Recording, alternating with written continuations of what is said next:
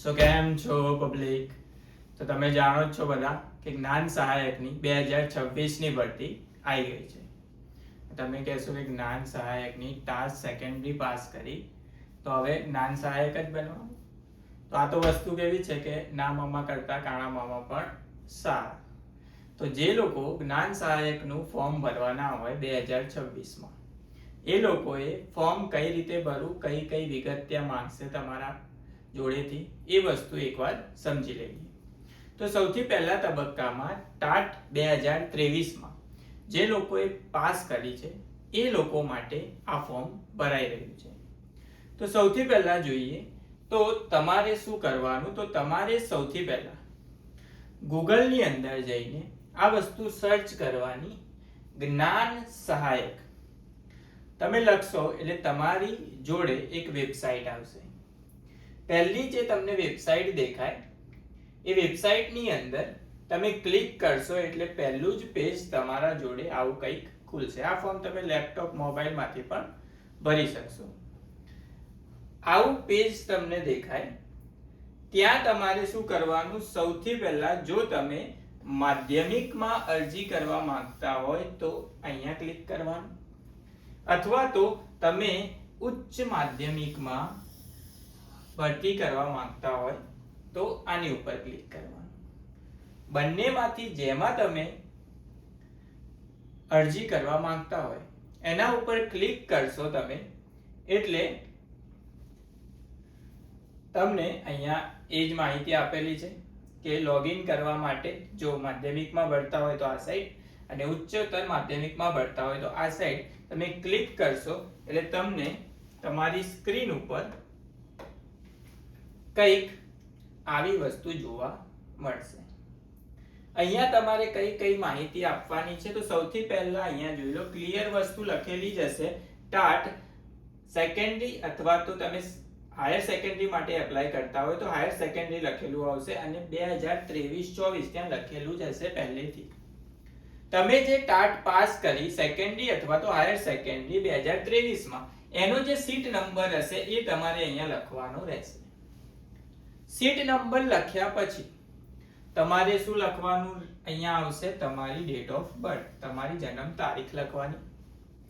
જન્મ તારીખ લખ્યા પછી તમારો ઈમેલ આઈડી જે હશે એ અહીંયા તમારે લખવાનું, જેના ઉપર તમારું જે એપ્લિકેશન ફોર્મ અહીંયા બનશે એ તમને મેલમાં મળશે. એના પછી તમારો મોબાઈલ નંબર જેની અંદર એક ઓટીપી આવશે એટલા માટે મોબાઈલ નંબર.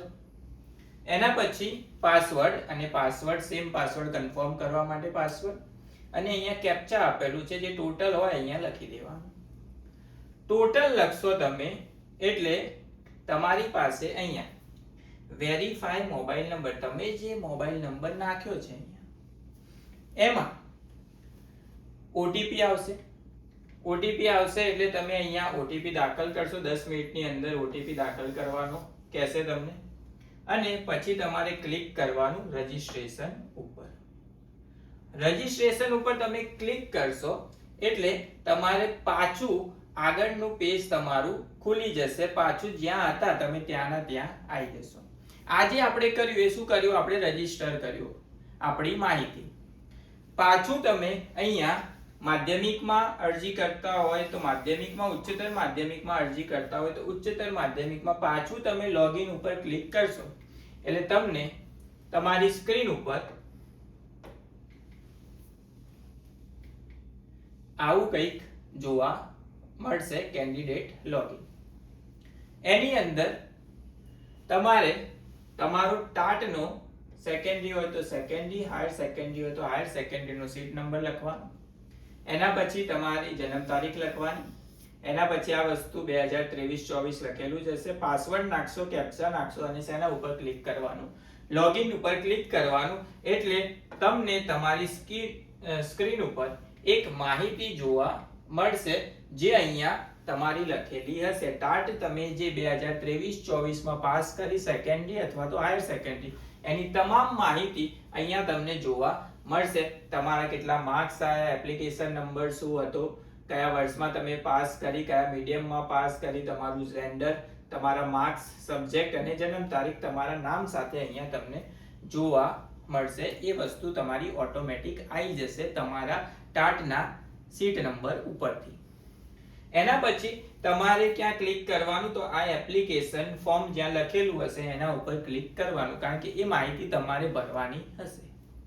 એપ્લિકેશન ફોર્મ ઉપર તમે ક્લિક કરશો એટલે અહીંયા એપ્લાય ફોર પોસ્ટ એ વસ્તુ લખેલી હશે, સીટ નંબર ટાટનો લખેલો હશે, અહીંયા તમારો ફોટો હશે અને અહીંયા તમારું સિગ્નેચર હશે.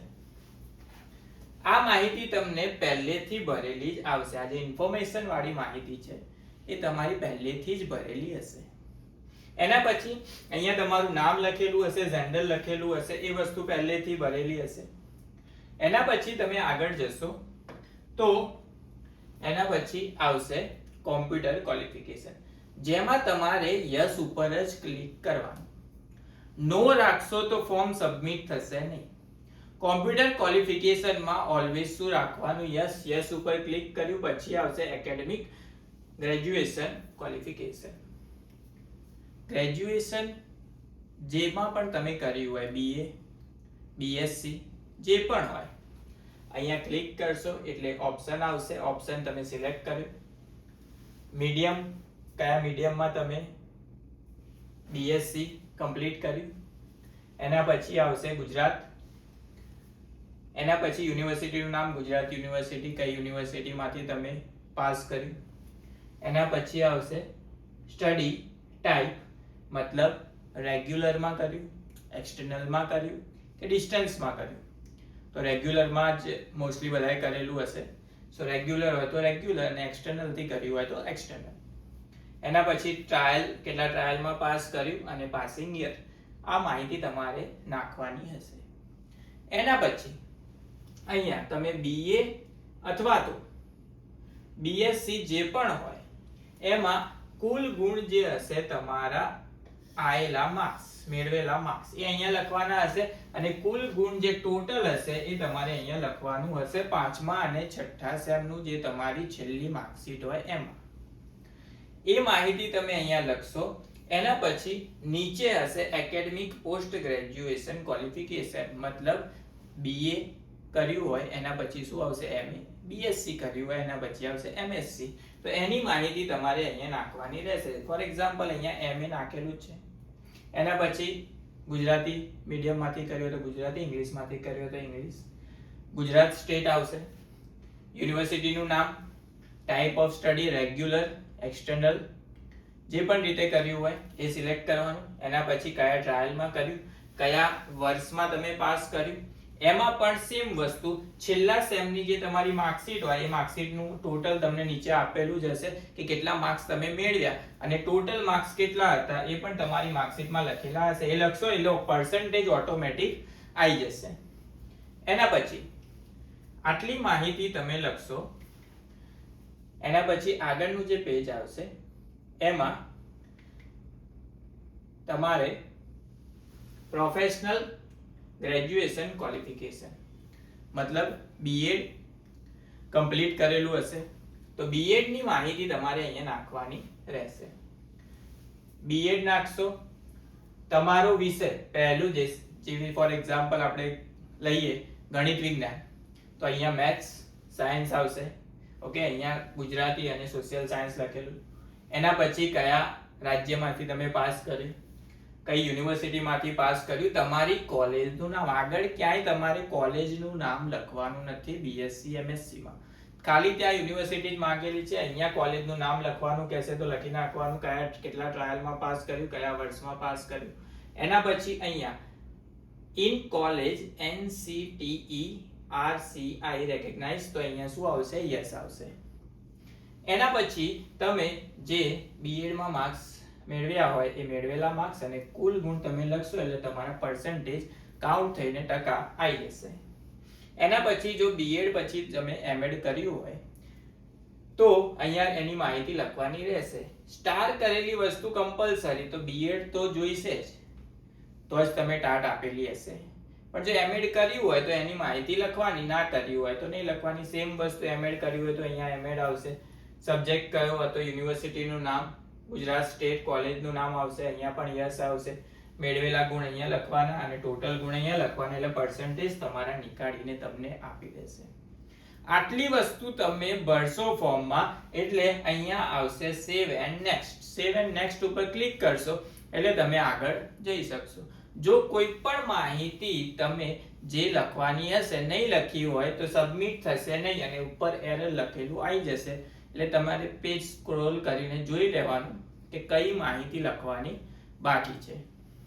એના પછી સેવ એન્ડ નેક્સ્ટ ઉપર ક્લિક કરશો એટલે તમને આવું કંઈક લખેલું બતાવશે કે એપ્લિકેશન સેવ્ડ સક્સેસફુલી, એટલે આપણી માહિતી ત્યાં અંદર રજૂ થઈ ગઈ.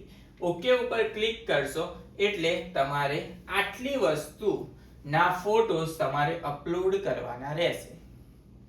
જેની અંદર સૌથી પહેલા જો તમે પહેલા જ્ઞાન સહાયક તરીકે ક્યાંય જોબ કરી ચૂક્યા હોય આગલા વર્ષોમાં તો એનું જે પ્રમાણપત્ર હોય તમારી જોડે, જેની જોડે હોય એના માટે છે. ના હોય તો અપલોડ કરવાની કોઈ જરૂર નથી. તો અહીંયા હોય તો અહીંયા તમારે એ વસ્તુ શું કરવાની હશે, અપલોડ કરવાની હશે. બ્રાઉઝ ઉપર ક્લિક કરશો એટલે તમારું મોબાઈલ હશે તો મોબાઈલ, લેપટોપ હશે તો લેપટોપ, એનો ડેટા તમને બતાવશે ફોટોઝનો. એ ફોટો તમારે અપલોડ કરવો રહેશે. ફોટાની સાઈઝ જે હશે એ કેવી હોવી જોઈએ, 1 MB કરતાં ઓછી હોવી જોઈએ. નોર્મલી બધાને અહીંયા જ તકલીફ થતી હોય કે 1 MB નો ફોટો ફોનમાં પાડીએ તો 1 MB કરતાં તો વધારે જ પડતો હોય. તો તમારે સિમ્પલ વસ્તુ શું કરવાની, બીજાના ફોનમાં ફોટો પાડીને એ જ ફોટાને વોટ્સઅપમાં બીજાના તમારા નંબર ઉપર લઈ લેવાના, જે ફોર્મમાં તમે ફોર્મ ભરતા હોય એ ફોર્મમાં તમે ફોટો વોટ્સઅપમાંથી ડાઉનલોડ કરશો તો એ હંમેશા 1 MB કરતાં જ ઓછો ડાઉનલોડ થશે. એટલે તમારે કોઈ મગજમારી રહેશે નહીં અને ડાયરેક્ટ તમે એ ફોટો અહીંયા અપલોડ કરી શકશો. એના પછી સ્કૂલ લિવિંગ સર્ટી, જન્મ તારીખના પુરાવા માટે LC, એનો ફોટો મૂકવાનો હશે. એના પછી આવશે તમારા 12માની માર્કશીટનો ફોટો. એના પછી academic, graduation, qualification, final marksheet, મતલબ BSc, BA હોય તો એ જે ફાઇનલ લાસ્ટ સેમની જે માર્કશીટ હોય એનો ફોટો અહીંયા અપલોડ કરવાનો હશે.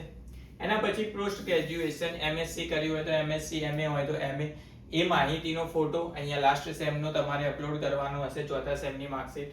એના પછી પ્રોફેશનલ ગ્રેજ્યુએશન ક્વોલિફિકેશન, મતલબ જો B.Ed ની લાસ્ટ સેમની માર્કશીટ હશે તમારે એનો ફોટો અહીંયા અપલોડ કરવાનો હશે. એના પછી આવશે પ્રોફેશનલ પોસ્ટ ગ્રેજ્યુએશન, મતલબ જો B.Ed પછી M.Ed કર્યું હોય તો એનો ફોટો અપલોડ કરવાનો. ના કર્યું હોય તો અહીંયા જે લોકોએ નહીં કર્યું હોય એ લોકોએ ફોર્મમાં ફિલ નહીં કર્યું હોય એટલા માટે અહીંયા તે માહિતી બતાવશે જ નહીં. એના પછી ટાટ હાયર સેકન્ડરી ની માર્કશીટ, માધ્યમિકમાં હોય તો માધ્યમિકમાં, ઉચ્ચતર માધ્યમિકની હોય તો જે પણ ટાટની તમે પાસ કરી હતી 2023માં એનો ફોટો તમારે અહીંયા અપલોડ કરવાનો હશે. અહીંયા જુઓ આ જે કાળા કલરથી લખેલી માહિતી છે એ બંને જરૂરી નથી કે બધા માટે હોય, બાકી આટલી વસ્તુ તો બધાએ કમ્પલસરી અપલોડ કરવી જ પડશે. એના પછી બે ઓપ્શન બીજા બતાવે છે જે અહીંયા લખેલા નથી કે ફોટો અને સિગ્નેચર. ફોટો અને સિગ્નેચર પણ તમારે અહીંયા અપલોડ કરવાનો ઓપ્શન આવશે જે તમારે કરવો પડશે. એના પછી આટલું કર્યા પછી તમે અહીંયા ક્લિક કરશો કે હું બાંયધરી આપું છું એ પ્રમાણેનું લખાણ હશે. ક્લિક કરીને કન્ફર્મ ઉપર સબમિટ કરી દેવાનું. એકવાર તમે કન્ફર્મ કરશો એટલે બીજી વાર તમારું ફોર્મ ત્યાં સબમિટ થશે, પણ એ પાછું તમે એની માહિતીને બદલી શકશો નહીં. તો માહિતી એકવાર અપલોડ કર્યા પહેલા ધ્યાનથી જોઈ લેવાની. ક્લિક કરશો કન્ફર્મ ઉપર એટલે પેજ એના એ જ ખુલેલું રહેશે. સબમિટ થયેલું તમને બતાવશે કે સક્સેસફુલી સબમિટ, પણ પેજ ક્યાંય જશે નહીં.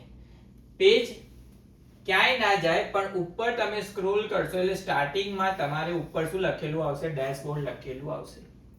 ડેશબોર્ડ ઉપર તમે ક્લિક કરશો એટલે તમારે અહીંયા આવો ઓપ્શન આવશે, ત્યાં સુધી ઓપ્શન આવશે અને ડેશબોર્ડ ઉપર ક્લિક કરશો એટલે આવો ઓપ્શન બતાવશે તમારી સ્ક્રીન ઉપર કે પ્રિન્ટ એપ્લિકેશન. પ્રિન્ટ એપ્લિકેશન ઉપર તમે ક્લિક કરશો એટલે તમારી જે એપ્લિકેશન હશે એ તમારા મોબાઈલમાં કે લેપટોપમાં આ રીતે તમારી માહિતી બધી જ ત્યાં બતાવશે અને એ માહિતી તમે પ્રિન્ટ ઉપર ક્લિક કરીને તમારા મોબાઈલમાં પીડીએફ સ્વરૂપે સેવ કરી શકશો. તો આટલી જ વસ્તુ તમારે ફોર્મ સબમિટ કરવા માટે નાખવાની હશે. ઓકે, જે વસ્તુ અહીંયા મેન્શન આપણે કરી.